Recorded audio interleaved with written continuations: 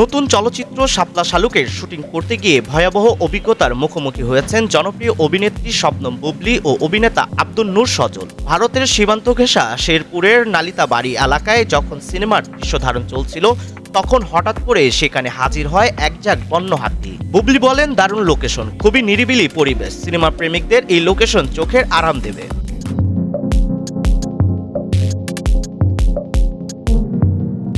অভিনেতা সজল বলেন, গত 9 দিন ধরে এখানে শুটিং করছি। এখানে প্রায় সময় বন্য হাতি আক্রমণ করে। গতকাল আমাদের সেটে 8 থেকে 9টা বন্য হাতি আক্রমণ করেছিল। সবাই ভীষণ ভয় পেয়ে গিয়েছিল। পরে কোনোভাবে তাদেরকে সেখান থেকে সরিয়ে নেওয়া হয়েছে। সেভাবে কোনো ক্ষয়ক্ষতি হয়নি আমাদের।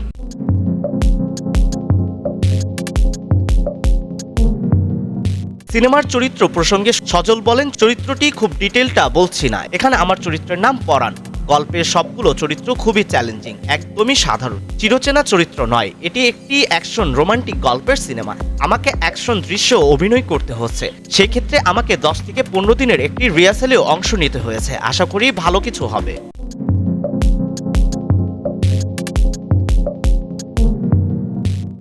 এদিকে সিনেমায় নিজের চরিত্র প্রসঙ্গে বুবলী বলেছেন, যে কোনো ছবিতে অভিনয়ের ক্ষেত্রে গল্প, আমার চরিত্র এবং চিত্রনাট্যের বিষয়ে আমি সবসময় গুরুত্ব দিই। মনে হয় একটি চরিত্র দিয়ে যদি নিজেকে নতুনভাবে এক্সপ্লোর করা না যায়, তাহলে অভিনয় শিল্পী হিসেবে সতর্কতা কোথায়?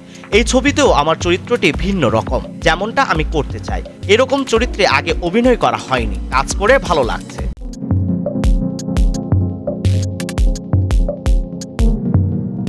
নির্মাতা লাজুক জানালেন, সিনেমাটি অ্যাকশন, রোমান্টিক ও পুরোপুরি বাণিজ্যিক ধাঁচের, কিছুটা ক্লাসিক্যাল ঘরানার ছোঁয়া রয়েছে।